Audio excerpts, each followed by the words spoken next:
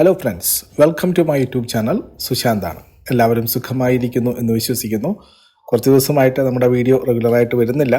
ഷോർട്സുകളും മറ്റും ചെയ്യാറുണ്ടായിരുന്നു. പക്ഷേ ചില പേഴ്സണലായിട്ടുള്ള തിരക്കുകൾ കാരണമായിരുന്നു. അങ്ങനെ ഒരു പുതിയ ആഴ്ച കൂടി നമ്മൾ മാർക്കറ്റിലേക്ക് എൻ്റർ ചെയ്യാണ്.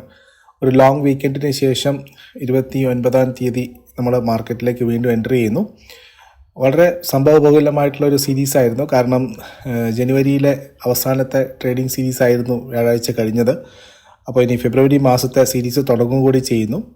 കഴിഞ്ഞ ആഴ്ച ഒരു ദിവസം ട്രേഡിംഗ് കുറവായിരുന്നു. മാർക്കറ്റ് നഷ്ടത്തിലാണ് അവസാനിച്ചിരിക്കുന്നത്. നമ്മുടെ വീഡിയോ ഫോളോ ചെയ്യുന്നവർക്കറിയാം, ജനുവരി നമ്മൾ വിചാരിച്ചതുപോലെ ആയിരിക്കില്ല, കുറച്ച് വോളറ്റൈൽ ആയിരിക്കും എന്നുള്ളൊരു ആൻറ്റിസിപ്പേഷൻ നമ്മൾ ആദ്യമേ പങ്കുവച്ചിരുന്നു. ജനുവരി ആദ്യത്തെ വീഡിയോ ഞാൻ അപ്ലോഡ് ചെയ്ത സമയത്ത് തന്നെ എല്ലാ സമയത്തും ആ മാർക്കറ്റ് വളരെ പോസിറ്റീവ് ലൈം ലൈറ്റിൽ നിൽക്കുന്ന സമയമായിരുന്നു. വളരെ കണ്ടിന്യൂസ് ആയിട്ടുള്ളൊരു ബുള്ളിഷ് ട്രെൻഡ് എക്സ്പെക്ട് ചെയ്ത സമയത്തായിരുന്നു ഞാൻ ആ വീഡിയോയുമായിട്ട് വന്നത്. അതായത് ജനുവരി നമ്മൾ വിചാരിച്ച പോലെ ആവാൻ സാധ്യതയില്ല, കോർപ്പറേറ്റ് ഏർണിങ്സ് നമ്മൾ വിചാരിച്ച പോലെ നന്നാവില്ല, Q3 ഏർണിങ്സ് എന്നുള്ളൊരു ഇൻഡിക്കേഷൻ. HDFC ബാങ്കിൻ്റെ റിസൾട്ട് നല്ലതാണെങ്കിലും മാർജിൻ കുറഞ്ഞു പോയതുകൊണ്ട് മാർക്കറ്റ് നല്ല രീതിയിൽ പണിഷ് ചെയ്തു. തുടർന്ന് വന്ന എല്ലാ ഏർണിങ്സും നോക്കിക്കഴിഞ്ഞാൽ Q3 ഏർണിങ്സ് നോക്കിക്കഴിഞ്ഞാൽ അത്രമാത്രം ഇംപ്രസീവ് അല്ല. വന്നിരിക്കുന്ന ഒരു റിസൾട്ട് തന്നെ അത്ര വലിയൊരു എടുത്തു പറയത്തക്ക റിസൾട്ടുകളൊന്നും വന്നിട്ടില്ല എന്ന് പറയാം. അത് മാർക്കറ്റിൽ ഒരു കറക്ഷൻസ് വന്നുകൊണ്ടിരിക്കുന്നു, അല്ലെങ്കിൽ മാർക്കറ്റിലെ ഒരു മൂവ്മെൻറ്റ് വോളറ്റൈലായി മാറിയിരിക്കുന്നു എന്ന് വേണം പറയാൻ. ഇനി അടുത്ത ആഴ്ചയെ പറ്റി പറയുകയാണെങ്കിലും വളരെ സംഭവബഹുലമായിട്ടുള്ള ആഴ്ച തന്നെയാണ്. കാരണം ഇൻട്രസ്റ്റ് റേറ്റ് ഡെസിഷൻ ഫെഡറൽ റിസർവിൻ്റെ ഭാഗത്ത് വരാനുണ്ട്. ഇന്ത്യയെ സംബന്ധിച്ചിട്ട് വോട്ട് ഓൺ അക്കൗണ്ട് ആണെങ്കിലും നമുക്കൊരു ബഡ്ജറ്റ് വരുന്നുണ്ട് ഫെബ്രുവരി 1-ന്. ലോങ് വീക്കെൻഡ് ആയിരുന്നു. സോ അതുകൊണ്ട് തന്നെ ഈ ആഴ്ച വളരെ Q3 റിസൾട്ട് സീസൺ ഓണാണ്. അപ്പോൾ ഇതൊക്കെ കൂട്ടിച്ചേർത്ത് വായിക്കുന്ന സമയത്ത് വളരെ വോളറ്റൈൽ ആവാനുള്ള സാധ്യത, അതുപോലെ തന്നെ സ്റ്റോക്ക് സ്പെസിഫിക് ആയിട്ടുള്ള ആക്ഷൻസിന് സാധ്യതയുള്ളൊരാഴ്ച. ഗ്ലോബൽ സൈഡിൽ നിന്ന് നോക്കിക്കഴിഞ്ഞാൽ അവിടെയും പ്രശ്നങ്ങളുണ്ട്, വോളറ്റാലിറ്റി ഉണ്ട്, പോസിറ്റീവ് നോട്ട്സ് ഉണ്ട്.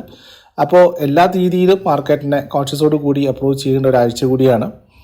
അപ്പോൾ നമുക്ക് വീഡിയോയിലേക്ക് വിശദമായിട്ട് പോകാം. അതിന് മുന്നോടിയായിട്ട് നമ്മുടെ ചാനൽ ആദ്യമായിട്ടാണ് നിങ്ങൾ കാണുന്നതെങ്കിൽ തീർച്ചയായിട്ടും ചാനൽ സബ്സ്ക്രൈബ് ചെയ്യാൻ മറക്കരുത്.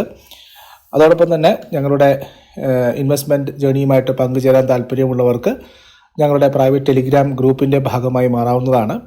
ഞങ്ങളുടെ പ്രൈവറ്റ് ടെലിഗ്രാമിൽ ജോയിൻ ചെയ്യുന്നതിനുള്ള ലിങ്ക് ഞാൻ ഈ ഒരു ഡിസ്ക്രിപ്ഷനിൽ കൊടുത്തേക്കാം. അതുവഴി നിങ്ങൾക്ക് ഞങ്ങളോടൊപ്പം അസോസിയേറ്റ് ചെയ്യാവുന്നതാണ്. അപ്പോൾ വളരെ നോമിനൽ ആയിട്ടുള്ള ഒരു എമൗണ്ടിന് ഞങ്ങളുടെ റിസർച്ച് ഐഡിയാസും അതുപോലെ തന്നെ ഞങ്ങളുടെ സജഷൻസും ഒക്കെ തന്നെ നിങ്ങൾക്ക് ലഭിക്കുന്നതാണ്. അപ്പോൾ മാർക്കറ്റിനെ സംബന്ധിച്ച് പറയുകയാണെങ്കിൽ ഞാൻ നേരത്തെ സൂചിപ്പിച്ചതുപോലെ മാർക്കറ്റ് നഷ്ടത്തിൽ തന്നെയാണ് ക്ലോസ് ചെയ്തിരിക്കുന്നത്. സെൻസെക്സ് ആയാലും നിഫ്റ്റി ആയാലും ബാങ്ക് നിഫ്റ്റി ആയാലും ഒക്കെ തന്നെ നഷ്ടത്തോടു കൂടിയാണ് വെള്ളിയാഴ്ച വ്യാപാരം അവസാനിപ്പിച്ചിരിക്കുന്നത്. സെൻസെക്സിൽ 359 പോയിന്റിൻ്റെയും നിഫ്റ്റിയിൽ 101 പോയിന്റിൻ്റെയും നഷ്ടത്തോടു കൂടിയാണ് രേഖപ്പെടുത്തിയിരിക്കുന്നത്. മിഡ് ക്യാപ്പിലും സ്മോൾ ക്യാപ്പിലും ഒക്കെ തന്നെ നേരിയ രീതിയിലുള്ള ഇടിവായിരുന്നു. അതിൽ സ്മോൾ ക്യാപ്പിൽ 77 പോയിൻ്റ് നേട്ടത്തോടു കൂടിയാണ് വ്യാപാരം അവസാനിപ്പിച്ചിരിക്കുന്നത്. വെള്ളിയാഴ്ചത്തെ കാര്യം നോക്കിക്കഴിഞ്ഞു കഴിഞ്ഞാൽ വ്യാഴാഴ്ചത്തെ കാര്യം നോക്കിക്കഴിഞ്ഞാൽ വെള്ളിയാഴ്ച മാർക്കറ്റ് അവധിയായിരുന്നു, വ്യാഴാഴ്ചയാണ് മാർക്കറ്റ് അവസാനിച്ചത്. മന്ത്ലി എക്സ്പയറി ആയിരുന്നു. അപ്പോൾ ജനുവരി മാസത്തെ അവസാനത്തെ ട്രേഡിംഗ് സീരീസ്. അതുകൊണ്ട് തന്നെ FIIസിൻ്റെ ഡാറ്റ നമുക്കൊരു ക്ലാരിറ്റി നൽകില്ല, കാരണം ഒരുപാട് അഡ്ജസ്റ്റ്മെൻറ്റുകളൊക്കെ തന്നെ വരുന്നതുകൊണ്ട്. ഗ്ലോബൽ ട്രെൻഡ് വെള്ളിയാഴ്ച മാർക്കറ്റ് യുഎസ് മാർക്കറ്റ് അവസാനിച്ചത് ചെറിയ ഒരു പോസിറ്റീവ് നോട്ടോടു കൂടിയാണ്. പക്ഷേ അവിടെ ചില കൺസേൺസ് ഉണ്ട്. നമുക്ക് ഈ പറയുന്ന അടുത്ത ആഴ്ച ഫെഡറൽ റിസർവിൻ്റെ ഇൻട്രസ്റ്റ് റേറ്റ് ഡിസിഷൻസ് ഒക്കെ വരാനുണ്ട്. അവിടെ 10-year ബോണ്ട് ഈൽഡ് ഏകദേശം 4.8% വീണ്ടും വന്നിരിക്കുന്നു. ഒരു അവസരത്തിൽ 4% താഴെ പോയത് തിരിച്ചത് 4.8% വന്നിട്ടുണ്ട്. പിന്നെ ഇന്ത്യയിലേക്ക് നോക്കിക്കഴിഞ്ഞാൽ FIIസിൻ്റെ ഭാഗത്തു നിന്നും കണ്ടിന്യൂസ് ആയിട്ടുള്ള സെല്ലിംഗ് വന്നു എന്നുള്ളതാണ്. ഏകദേശം 10,500 കോടി രൂപയുടെ സെൽ ഓഫാണ് അവസാനത്തെ 3 ട്രേഡിംഗ് സെഷനിലായിട്ട് FIIസിൻ്റെ ഡോളർ എക്സ്ചേഞ്ച് വന്നിരിക്കുന്നത്. ഇത് പല കാരണങ്ങളാണ് പറയുന്നത്. ഒന്ന്, ഒരു ഗ്ലോബൽ സൈഡിലുള്ള ഒരു ചെറിയ നെഗറ്റിവിസം, അതുപോലെ തന്നെ ഇന്ത്യയിലെ ബഡ്ജറ്റുമായിട്ട് ബന്ധപ്പെട്ട എക്സ്പെക്റ്റേഷൻസും കാര്യങ്ങളൊക്കെ ഉള്ളൊരിത്.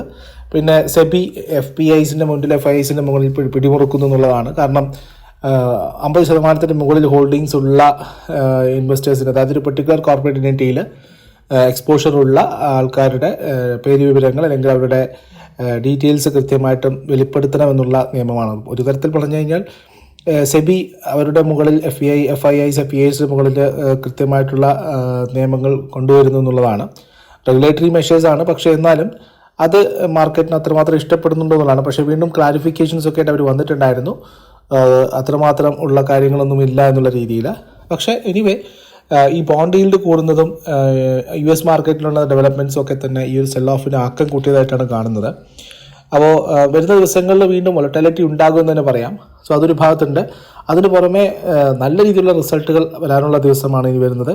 അപ്പോൾ ഗ്ലോബൽ ഇഷ്യൂസ്, ബജറ്റിൽ വലിയ പ്രശ്നങ്ങൾ, അതായത് ബഡ്ജറ്റിൽ എന്താണ് മാർക്കറ്റ് എക്സ്പെക്ട് ചെയ്തതെന്നുള്ളതാണ്.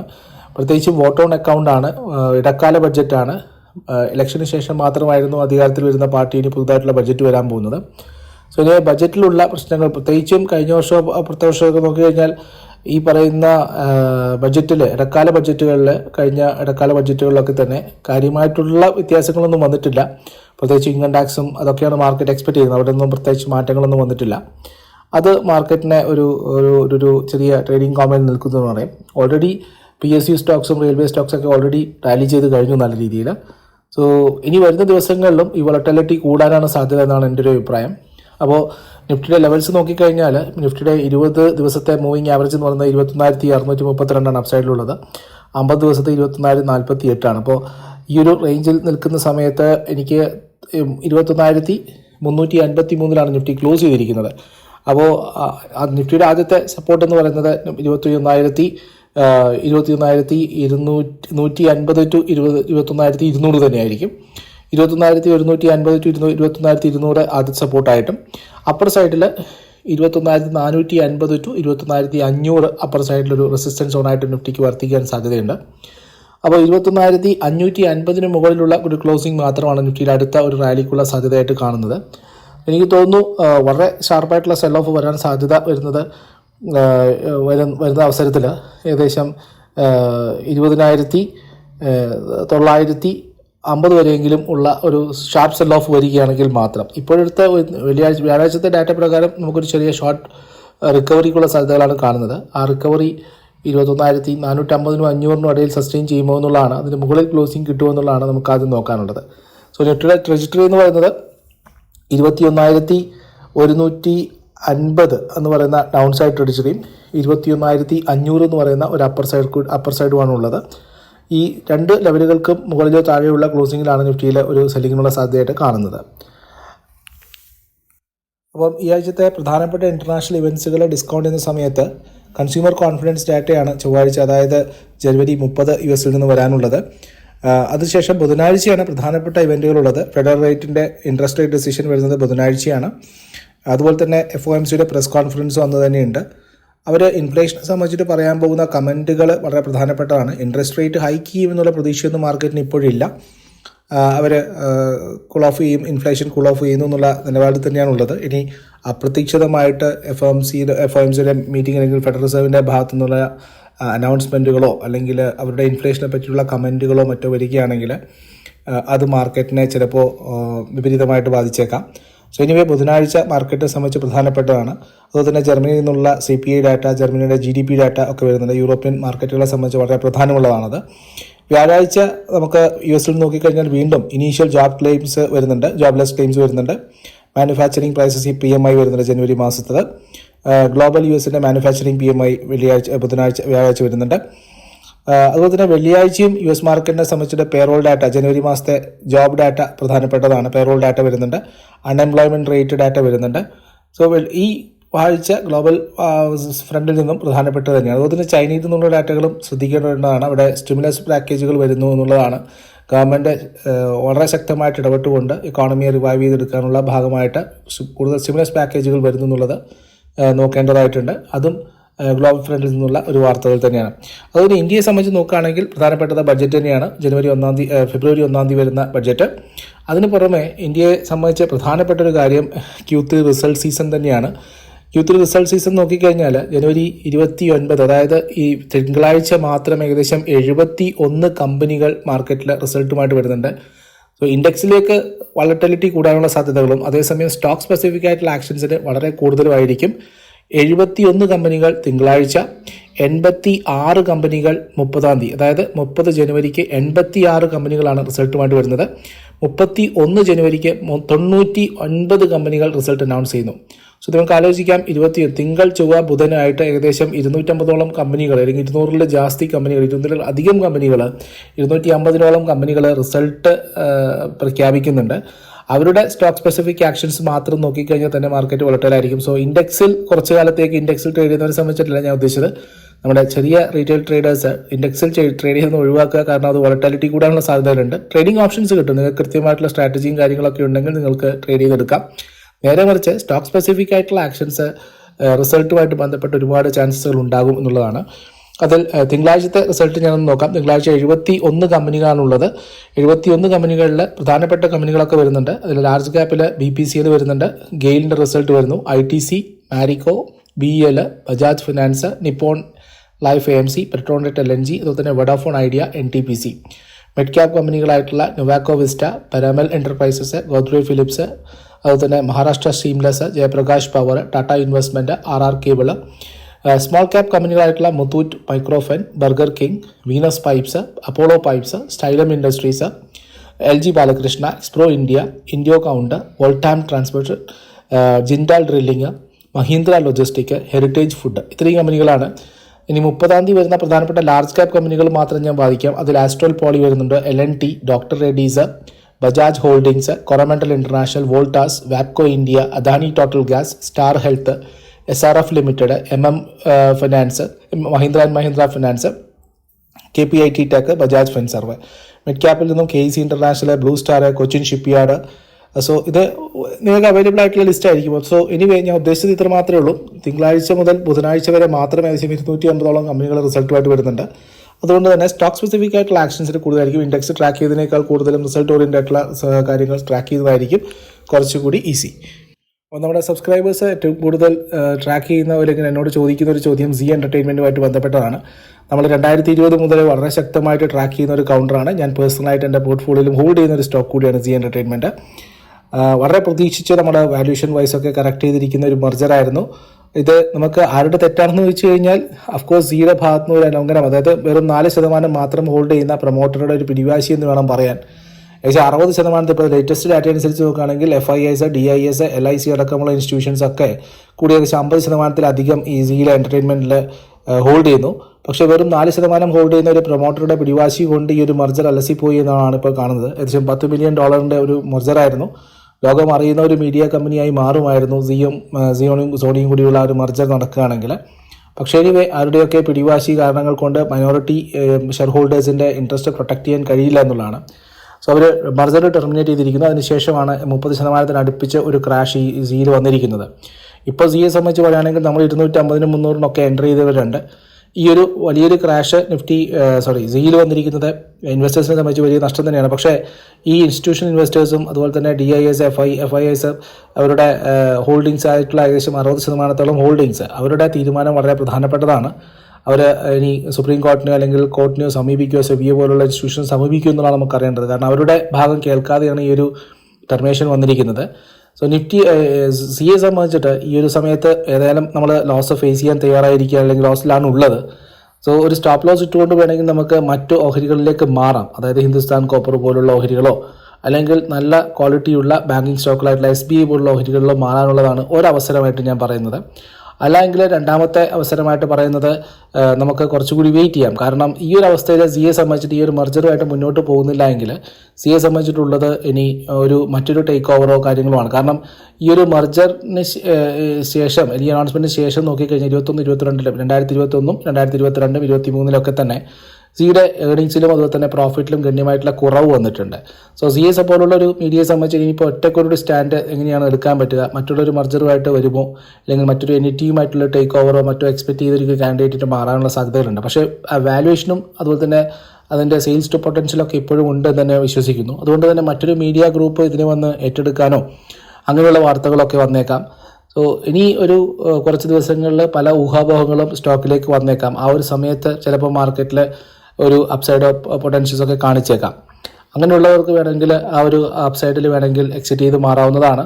അല്ല എങ്കിൽ രണ്ടും കൽപ്പിച്ച് നമുക്ക് ഈ സ്റ്റോക്കിൽ ഹോൾഡ് ചെയ്യുക, വരുന്നിടത്ത് വെച്ച് കാണുക എന്നുള്ളതാണ്. പക്ഷേ നമ്മൾ അങ്ങനെ ബ്ലൈൻഡായിട്ട് നമ്മുടെ ക്യാപിറ്റലെ കൊണ്ട് കളയുന്നതിനോട് താല്പര്യമില്ല. മെർജർ ഒരു യാഥാർത്ഥ്യമാണ്. ഇനി മെർജറുമായിട്ട് ബന്ധപ്പെട്ട പുതിയ ടേക്ക് ഓവർ എവിടെന്നെങ്കിലും വരുമോ എന്നുള്ളതാണ് നമുക്ക് നോക്കേണ്ടതുള്ളത്. അതുപോലെ തന്നെ ഈ ഒരു 60% ഹോൾഡ് ചെയ്യുന്ന മൈനോറിറ്റി അല്ലെങ്കിൽ ഈ പറയുന്ന ഇൻസ്റ്റിറ്റ്യൂഷൻസിൻ്റെ ഭാഗത്തു നിന്ന് വരുന്ന ആക്ഷൻസ് വളരെ പ്രധാനപ്പെട്ടതാണ്. അവരിനി കോർട്ടിനെ സമീപിക്കുമോ, അവരുടെ ഭാഗം പറയാനുള്ള മെർജറുമായിട്ട് പറയാനുള്ള അവസ്ഥ അവർക്ക് സെബിഒ പോലുള്ള ഇൻസ്റ്റിറ്റ്യൂഷൻസ് സമീപിക്കുക എന്നുള്ളത് വളരെ പ്രധാനപ്പെട്ടതാണ്. സോ 3 ഓപ്ഷനാണ് നമുക്കുള്ളത്. ഒന്നിക്ക് നമുക്ക് SBI പോലുള്ള ഹിന്ദുസ്ഥാൻ കോപ്പർ പോലുള്ള ഓഹരികളിലേക്ക് മാറാം, അല്ലെങ്കിൽ വെയിറ്റ് ചെയ്യാം എന്നുള്ളതാണ്, അല്ലെങ്കിൽ കൃത്യമായിട്ടുള്ള സ്റ്റോപ്പ് ലോസ് കൊണ്ട് എക്സിറ്റ് ചെയ്തിട്ട് നമുക്ക് ലോസ് ബുക്ക് ചെയ്യുക എന്നുള്ളതാണ്. കാരണം സ്റ്റോക്ക് മാർക്കറ്റിൽ ഇത് കുറ്റം ആരുടേതാണെന്ന് വെച്ച് കഴിഞ്ഞാൽ ഞാനും ഏറ്റെടുക്കുന്നു, കാരണം ഞാൻ നിങ്ങളോട് ആ സ്റ്റോക്ക് സജസ്റ്റ് ചെയ്തിട്ടുണ്ട്. അതേസമയം ഈ ഒരു മർജർ നടക്കും എന്നുള്ള പ്രതീക്ഷയിൽ തന്നെയാണ് ഇങ്ങനെയൊരു അവസാനവട്ടം ഇങ്ങനെയൊരു ചെറിയ അതും എല്ലാ കാര്യങ്ങൾ ആലോചിക്കണം. ഈ ഒരു മർജറിന് വേണ്ടിയിട്ട് കമ്പനി എല്ലാ ക്ലാരിഫിക്കേഷനും നടത്തി, എത്രയോ NCLT കോർട്ടുകൾ ക്ലിയർ ചെയ്തു, എത്രയോ ഡ്യൂസ് ക്ലിയർ ചെയ്ത് വന്നുകൊണ്ടിരിക്കുകയായിരുന്നു.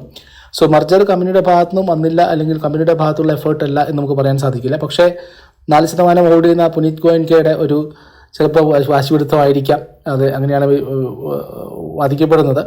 സോ അവരുടെ സോണിക്ക് ഒരു ബോർഡിൽ ക്ലാരിറ്റി വേണം. അലിഗേഷൻസ് ഉള്ള ആൾക്കാരെ അവർക്ക് ബോർഡിൽ വേണ്ട എന്നുള്ളതും, പിന്നീട് സെബിയുടെ ഇൻ്ററിം ഓർഡർ വന്നിട്ട് അവർ തിരിച്ചു വരുന്നു. ഒരു വലിയ സ്റ്റോറി തന്നെയാണ്. അപ്പോൾ ഈ ഒരു മാർക്കറ്റ് ഔട്ട്ലുക്കിൽ അത് പറയുന്നതുകൊണ്ട് അർത്ഥമില്ല. സോ എനിവേ, നമുക്ക് എല്ലാ സമയത്തും സ്റ്റോക്കിൽ പ്രോഫിറ്റ് മാത്രമായിരിക്കില്ല. ചിലപ്പോൾ നമ്മൾ ഈ ഒരു മാർക്കറ്റിൽ ലോസ് ബുക്ക് ചെയ്യാനും നമുക്ക് ക്യാപിറ്റൽ വാനിഷ് ചെയ്യാൻ അനുവദിക്കാതെ ബ്ലൈൻഡായിട്ട് ഒരു പർപ്പസും ഇല്ലാതെ ഹോൾഡ് ചെയ്തതിന് പകരം ചിലപ്പോൾ എക്സിറ്റ് ചെയ്ത് മാറി നല്ല സ്റ്റോക്കുകളിലേക്ക് മാറാം. ടാറ്റ മോട്ടോഴ്സ് പരിഗണിക്കാം, SBI പരിഗണിക്കാം, ബാങ്കിങ് സെക്ടറിൽ ഹിന്ദുസ്ഥാൻ കോപ്പർ മെറ്റൽ സെക്ടറിൽ പരിഗണിക്കാം. സോ ഇങ്ങനെയുള്ള ഓഹരികളിലൊക്കെ മാറുന്നതായിരിക്കും കുറച്ചുകൂടി ഉചിതം എന്നാണ് എനിക്കും തോന്നുന്നത്. സോ എന്നെ സംബന്ധിച്ചിട്ട് ഞാൻ പേഴ്സണലായിട്ടുള്ള ചെയ്യാൻ പോകുന്നത്, ഞാൻ കുറച്ചുകൂടി ഹോൾഡ് ചെയ്യാനുള്ള തീരുമാനത്തിൽ തന്നെയാണ് സീലുള്ളത്. സോ നിങ്ങൾക്ക് നിങ്ങളുടെ വിഷനനുസരിച്ചിട്ട് ചെയ്യാവുന്നതാണ് അത്. സോ എനിവേ, നിങ്ങളെയാണ് ഞാൻ സ്റ്റോക്ക് പരിചയപ്പെടുത്തിയിട്ടുണ്ട്. വർഷങ്ങളോളം മുമ്പേ എൻ്റെ സബ്സ്ക്രൈബേഴ്സ് എന്നെ വിശ്വസിച്ചത് വാങ്ങിയിട്ടുണ്ട്. സോ അവർക്കുള്ള ഒരു ഗൈഡൻസ് ആയിട്ടാണ് ഞാൻ പറയുന്നത്.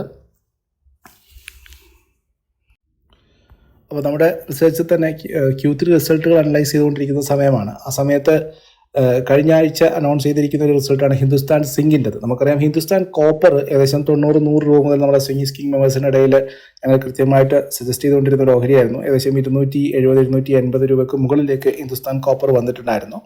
സോ ഇപ്പോൾ Q3 റിസൾട്ട് അനൗൺസ് ചെയ്ത മറ്റൊരു കമ്പനി ഹിന്ദുസ്ഥാൻ സിങ്ക് ആണ്. ഹിന്ദുസ്ഥാൻ സിങ്കിൻ്റെ സിൽവർ പ്രൊഡക്ഷനിൽ വന്നിരിക്കുന്ന മാറ്റം, അവരുടെ കോൺകോൾ അറ്റൻഡ് ചെയ്ത ഒരാളെന്ന നിലയിൽ സിൽവർ റിലേറ്റഡ് ആക്ടിവിറ്റി വളരെ കൂടിയിരിക്കുന്നു. ഏകദേശം 44% വർധനവാണ് സിൽവർ പ്രൊഡക്ഷൻ, വെള്ളിയുടെ പ്രൊഡക്ഷനിൽ കമ്പനി കൈവരിച്ചിരിക്കുന്നത് Q3.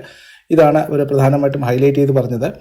ഈ ഒരു സെഗ്മെൻറ്റിൽ നിന്ന് മാത്രമുള്ള പ്രോഫിറ്റിൽ ഏകദേശം 50% വർധനവും കാണിക്കുന്നുള്ളതാണ്. 2 വർഷത്തിനുള്ളിൽ കമ്പനി 1000 ടൺ കപ്പാസിറ്റി പ്രൊഡ്യൂസ് ചെയ്യുന്ന ഒരു കമ്പനിയായിട്ട്, സിൽവർ മാത്രം 1000 ടണ്ണിലേക്ക് പ്രൊഡ്യൂസ് ചെയ്യുന്ന ഒരു കമ്പനിയായിട്ട് മാറും എന്നുള്ളതാണ് ഇവരുടെ കമൻട്രിയിൽ പറഞ്ഞത്. അതുപോലെ തന്നെ ഈ കഴിഞ്ഞ 9 മാസത്തെ സിൽവർ മൈനിങ് എന്ന് പറയുന്നത് വളരെ സ്ട്രോങ് ആയിട്ട് നിൽക്കുന്നു എന്നുള്ളതാണ്. അതുപോലെ തന്നെ സിൽവർ സെഗ്മെൻറ്റ്സ് എന്ന് പറയുന്നത് 45% റവന്യൂ ആണ് ഏകദേശം കമ്പനിയുടെ പ്രോഫിറ്റിലേക്ക് കോൺട്രിബ്യൂട്ട് ചെയ്തത്. 45% പ്രോഫിറ്റിലേക്ക് കോൺട്രിബ്യൂട്ട് ചെയ്യുന്നത് ഈ സിൽവർ സെഗ്മെൻ്റ് ആണെന്നാണ് പറയുന്നത്. FY24 എന്ന് പറയുന്നത് 27% വർധനമാണ് കഴിഞ്ഞ വർധനവുമായിട്ട് നോക്കുന്ന സമയത്ത് പ്രോഫിറ്റിൽ സിൽവറിൽ മാത്രം കൊണ്ടുവന്നിരിക്കുന്നത്. കമ്പനിയുടെ ചീഫ് എക്സിക്യൂട്ടീവും മറ്റും കാര്യങ്ങളൊക്കെ പറയുന്നത് 2024 മാർച്ച്, അതായത് ഈ ഒരു ക്വാർട്ടർ വരുന്ന Q4 എന്ന് പറയുന്നത് ഈ ഒരു സിൽവർ മാറി സിങ്കിലേക്ക് കമ്പനി കോൺസെൻട്രേറ്റ് ചെയ്യും. അതുപോലെ തന്നെ സിൽവർ പ്രൊഡക്ഷൻ കുറച്ച് കുറയാൻ സാധ്യതയുണ്ടെന്നും അവർ അനുമാനിക്കുന്നുണ്ട്. അപ്പോൾ സിൽവറിൻ്റെ കാര്യം പറയുന്ന സമയത്ത് Q3 ഒരുപാട് ട്രഡീഷണൽ മാരേജസ് ഉണ്ട്, അതുപോലെ തന്നെ ഒരുപാട് ഫങ്ഷൻസും ഒരുപാട് ഫെസ്റ്റിവലൊക്കെ കൂടി കടന്നുപോയ ഒരു ക്വാർട്ടറായിരുന്നു. അതുപോലെ തന്നെ ഇന്ത്യയിലെ ഗവൺമെൻറ് റിന്യൂവബിൾ എനർജിയിൽ ഫോക്കസ് ചെയ്യുന്നതും സിൽവർ പ്രൊഡക്ഷനുമായിട്ട് ബന്ധപ്പെടുന്നു എന്നുള്ളതാണ് അവർ പറയുന്നത്. കഴിഞ്ഞ 9 മാസം കൊണ്ട്, അതായത് ഈ കഴിഞ്ഞ ഡിസംബർ വരെയുള്ള സമയം നോക്കുകയാണെങ്കിൽ ഹിന്ദുസ്ഥാൻ സിങ്കിനെ സംബന്ധിച്ച് പറയുകയാണെങ്കിൽ സിൽവർ പ്രൊഡക്ഷൻ 556 ടണ്ണാണ് ഉണ്ടാക്കിയിരിക്കുന്നത്. കഴിഞ്ഞ സാമ്പത്തിക വർഷം, അതായത് 2023 സാമ്പത്തിക വർഷം അനുസരിച്ചിട്ട് ഒരു ആനുവൽ സിൽവർ പ്രൊഡക്ഷൻ 714 ടണ്ണായിരുന്നു. സോ ആ 714 ടൺ ഒരു വർഷം കൊണ്ട് പ്രൊഡ്യൂസ് ചെയ്തു. ഈ സാമ്പത്തിക വർഷം ഈ 9 മാസം കൊണ്ട് ഏകദേശം 556 ടൺ സിൽവർ പ്രൊഡക്ഷൻ പ്രൊഡ്യൂസ് ചെയ്തു എന്നുള്ളതാണ്. അപ്പോൾ ഏകദേശം റഫ്ലി 10% ഓഫ് ദ ഇന്ത്യയുടെ ഓവറോൾ സിൽവർ ഡിമാൻഡ് സാറ്റിസ്ഫൈ ചെയ്യുന്നു വേണം പറയാൻ വേണ്ടിയിട്ട്. സോ അവർ പറയുന്നത് ഇപ്പോഴത്തെ അവസ്ഥയിൽ ഹിന്ദുസ്ഥാൻ സിങ്കിൻ്റെ, അതായത് സിൽവറിൻ്റെ ഡിമാൻഡ് ഏറ്റവും കൂടുതൽ വരുന്നത് സാധാരണ ഹൗസ് ഹോൾഡും, അതായത് കൺസംഷന് വേണ്ടിയിട്ടുള്ള സാധാരണക്കാരിൽ നിന്നാണ്.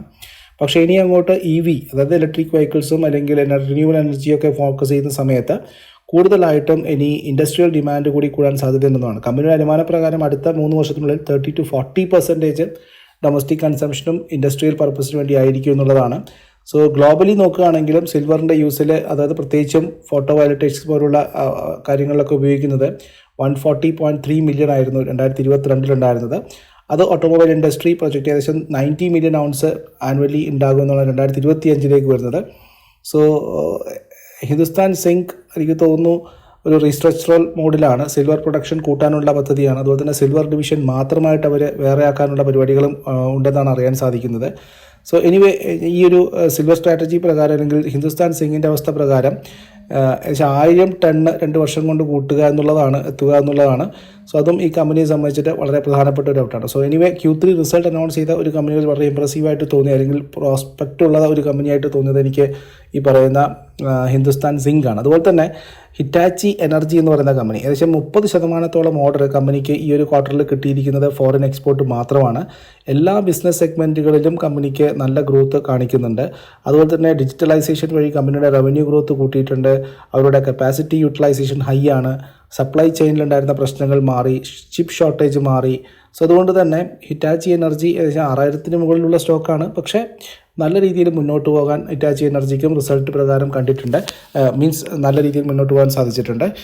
അതുപോലെ തന്നെ ഇന്ത്യയിൽ തന്നെ വളരെ പ്രധാനപ്പെട്ട ഒരു ബിസിനസ് ഗ്രൂപ്പായിട്ടുള്ള മുരുകപ്പ ഗ്രൂപ്പ്, അവരുടെ ട്യൂബ് ഇൻവെസ്റ്റ്മെൻറ്റ്, അവർ പ്രൊമോട്ട് ചെയ്യുന്ന ചെന്നൈ ബേസ്ഡ് ആയിട്ടുള്ള ട്യൂബ് ഇൻവെസ്റ്റ്മെൻറ്റ്, അവരുടെ ഒരു എക്സ്പാൻഷൻ പദ്ധതികളാണ് ഈ ആഴ്ച അറ്റൻഡ് ചെയ്ത മറ്റൊരു പ്രധാനപ്പെട്ട കാര്യം. അവർ ഇലക്ട്രിക് വെഹിക്കിൾ സെഗ്മെൻറ്റിൽ ഓൾറെഡി ഉള്ളതാണ്. അവരുടെ ചെറിയ 3 വീലേഴ്സും ഒക്കെ ഉണ്ട് ഓൾറെഡി.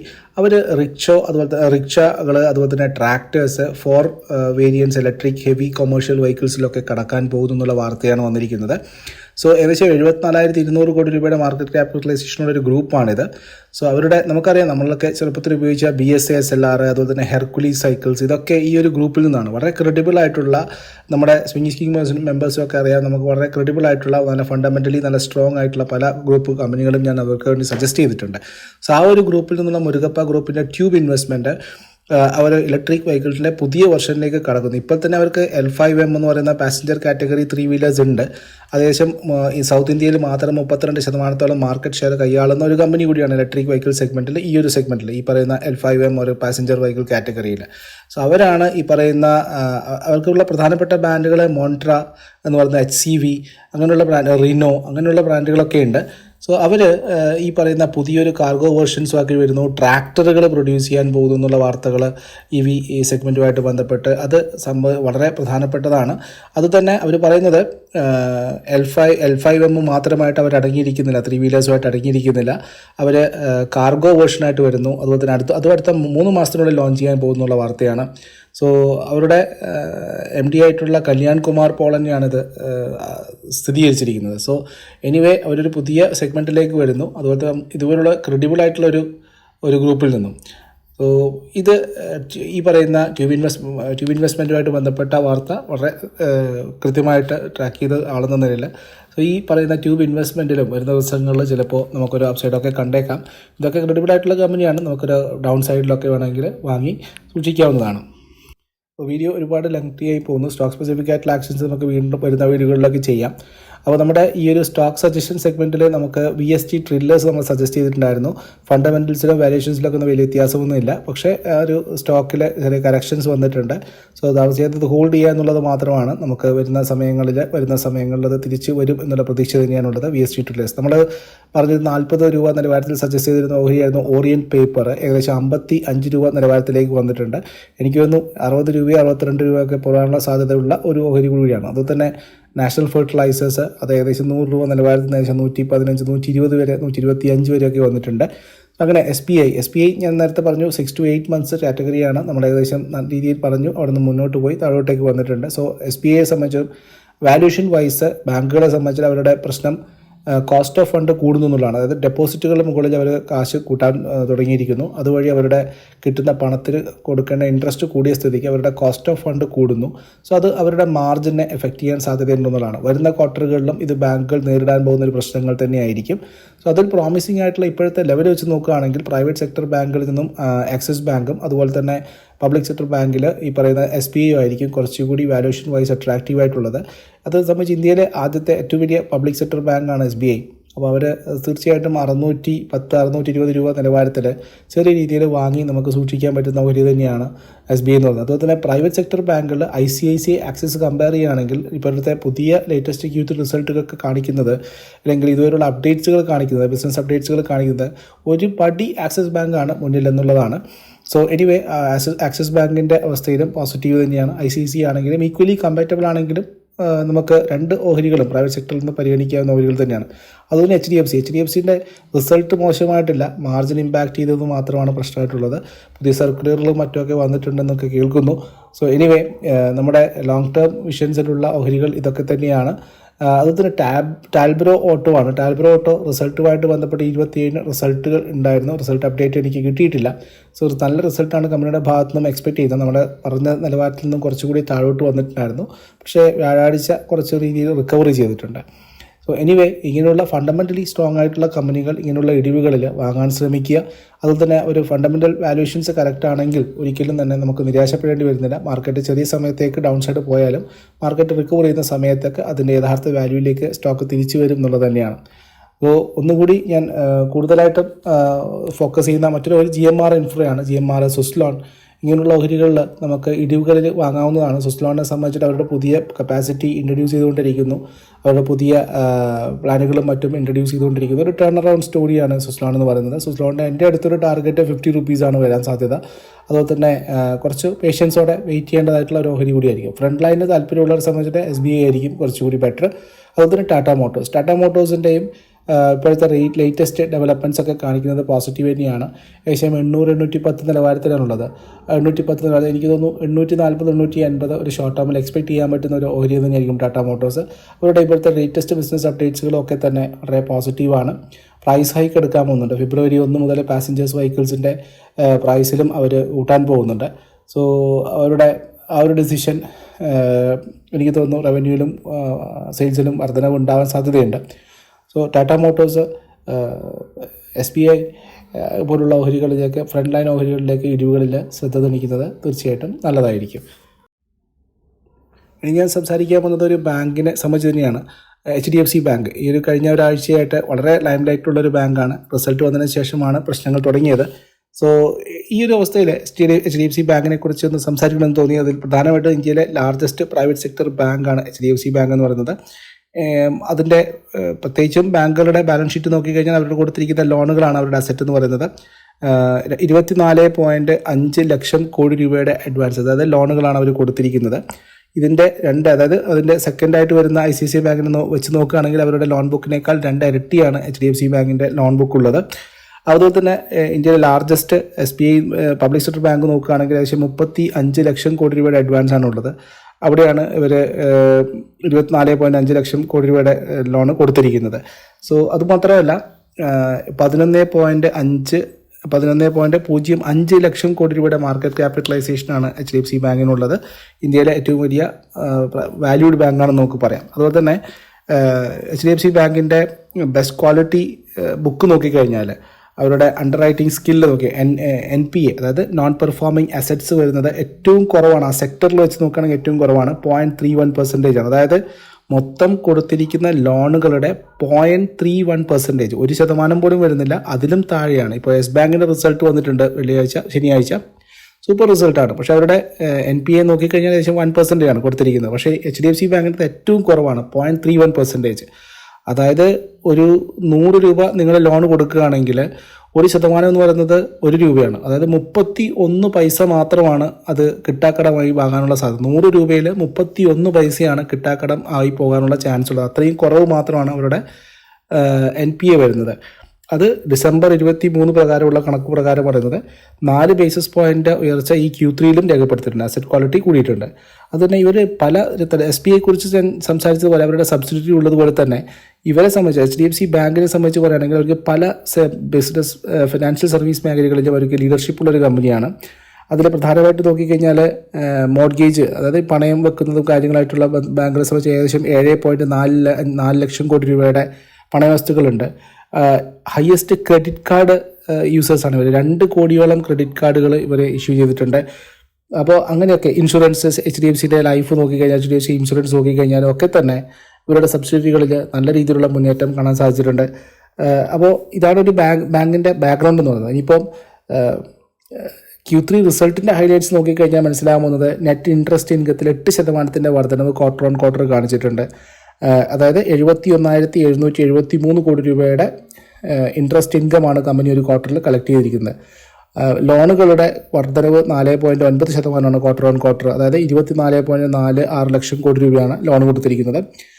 അഡ്വാൻസ് കൂടുതൽ അല്ലെങ്കിൽ ലോണുകൾ കൊടുത്തിരിക്കുന്നത് മറ്റുള്ള പിയറുകളുമായിട്ട് നോക്കുന്ന സമയത്ത് ഏറ്റവും കൂടുതലാണ്. കാരണം ICICIയുടെ ലോൺ ഗ്രോത്ത് 4%, ആക്സിസിൻ്റെ 4.1%, ഇൻഡസ്ഇൻഡ് ബാങ്കിൻ്റെത് 3.7%, കൊട്ടാക്കിൻ്റെത് 3.2%.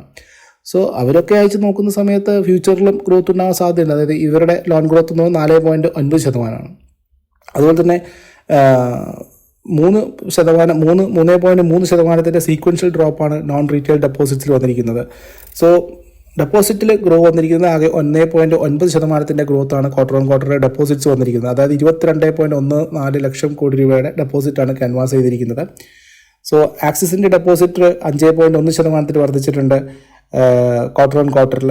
ICICIയുടേത് 3.1% മാത്രമേ വർദ്ധിച്ചിട്ടുള്ളൂ. ഇൻഡസിൻ്റെത് 2.6% വർദ്ധിച്ചിട്ടുള്ളൂ. കൊട്ടാക്കിൻ്റെത് 1.9% വർദ്ധിച്ചിരിക്കുന്നത്. സോ എനിക്ക് അത്ര വലിയ പ്രശ്നമുള്ള ഒരു ബാങ്കായിട്ട് തോന്നുന്നില്ല HDFC ബാങ്ക്. സോ ഇനി മറ്റുള്ള ന്യൂസുകളും മറ്റുമൊക്കെ തന്നെ അനലൈസ് ചെയ്യേണ്ടതായിട്ടാണ്. ഞാൻ റിസൾട്ട് വരെയുള്ള കാര്യങ്ങളാണ് അനലൈസ് ചെയ്ത് നിങ്ങളോട് പങ്കുവച്ചത്. അപ്പോൾ ഇങ്ങനെയുള്ള ഒരു ബാങ്കിനെ കൂടുതലും മുഴുവനായിട്ടുള്ള റിസർച്ച് നോട്ട്സ് ഞങ്ങളുടെ പ്രൈവറ്റ് ടെലിഗ്രാം ഗ്രൂപ്പിൽ ഞാൻ ഷെയർ ചെയ്യാം.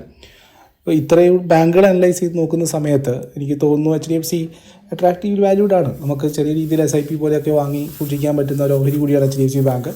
അത്ര പെട്ടെന്നൊന്നും പ്രശ്നങ്ങൾ വരില്ല എന്നുള്ളത് തന്നെയാണ്. ഇനിയിപ്പോൾ നെഗറ്റീവ് ന്യൂസുകൾ ഉണ്ടായി കഴിഞ്ഞാൽ പോലും ഡൗൺ സൈഡിൽ നമുക്ക് എൻട്രി ചെയ്ത് പടിപടിയായിട്ട് മുന്നോട്ട് പോകാൻ അല്ലെങ്കിൽ കുറച്ച് കാലം കഴിഞ്ഞ ഇതേ സമയമാണ്, കഴിഞ്ഞ വർഷം ഇതേ സമയമാണ് നമുക്കറിയാം ഹിൻഡൻബർഗ് റിപ്പോർട്ട് വരികയും ജനുവരി 24 or 27 ആണെന്നാണ് എൻ്റെ ഓർമ്മ.